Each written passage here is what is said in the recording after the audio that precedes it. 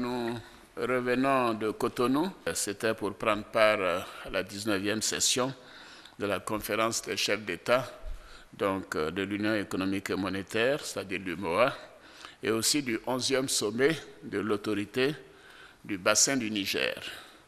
Alors évidemment, nous avons passé en revue les activités de l'UEMOA, notamment la nécessité de rationaliser le fonctionnement de nos institutions, car vous savez que l'UEMOA a son siège à Ouagadougou et nous avons plusieurs commissaires et c'est une institution qui a un budget important lorsque ces périodes de difficultés financières des États nous amènent à faire en sorte que les structures soient rationalisées, que ce soit au sein de l'UEMOA elle-même, que ce soit au niveau de tout ce qui a trait aux autorités judiciaires ou à d'autres structures comme le Parlement de l'UEMOA.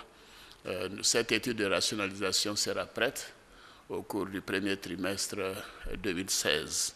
Mes homologues ont bien voulu me demander à l'unanimité de prendre la présidence de l'Union économique et monétaire ouest-africaine, de l'UEMOA, pour pouvoir engager les réformes qui sont nécessaires.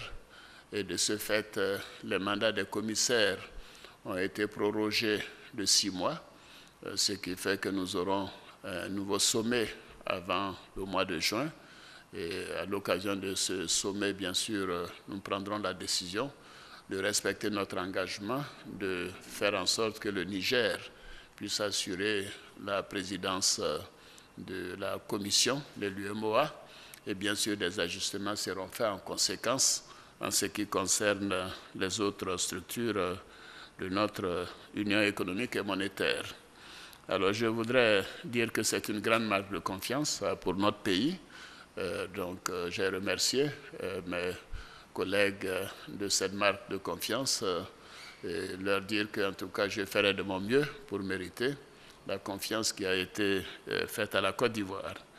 Alors, je voudrais saisir cette opportunité pour remercier le président Yahi Boni, le président sortant de l'UEMOA, pour l'important travail qu'il a fait comme président de notre institution commune pendant 2 ans. Alors, évidemment, c'est un sommet qui a permis aussi aux chefs d'État de se rencontrer et d'échanger, puisque nous étions tous présents, tous les chefs d'État des pays membres, sauf la Guinée-Bissau, qui était représentée par le ministre des Affaires étrangères.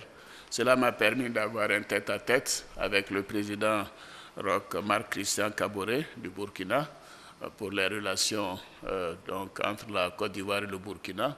Et je lui ai donc réitéré mon invitation à effectuer une visite de travail et d'amitié en Côte d'Ivoire au cours des prochaines semaines.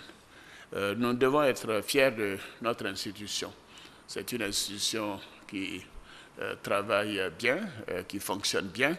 Bien évidemment, les gens ciblent l'UEMOA à partir de la BCEAO et du franc CFA, mais ça va au-delà, puisque nous avons des institutions communes. Nous essayons de trouver des solutions communes aux problèmes qui se posent aux différents pays et globalement, nous devons être satisfaits de son fonctionnement.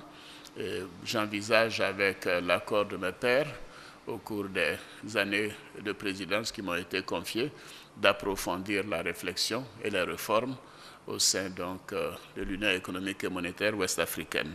Dans l'après-midi, nous avons tenu le 11e sommet de l'autorité du bassin du Niger et les travaux ont porté essentiellement sur l'examen et l'adoption du rapport du Conseil des ministres et sur la désignation du nouveau président en exercice, le président Muhammadu Buhari du Nigeria a été porté à la présidence de l'autorité du bassin du Niger et le secrétariat exécutif a été confié au Tchad.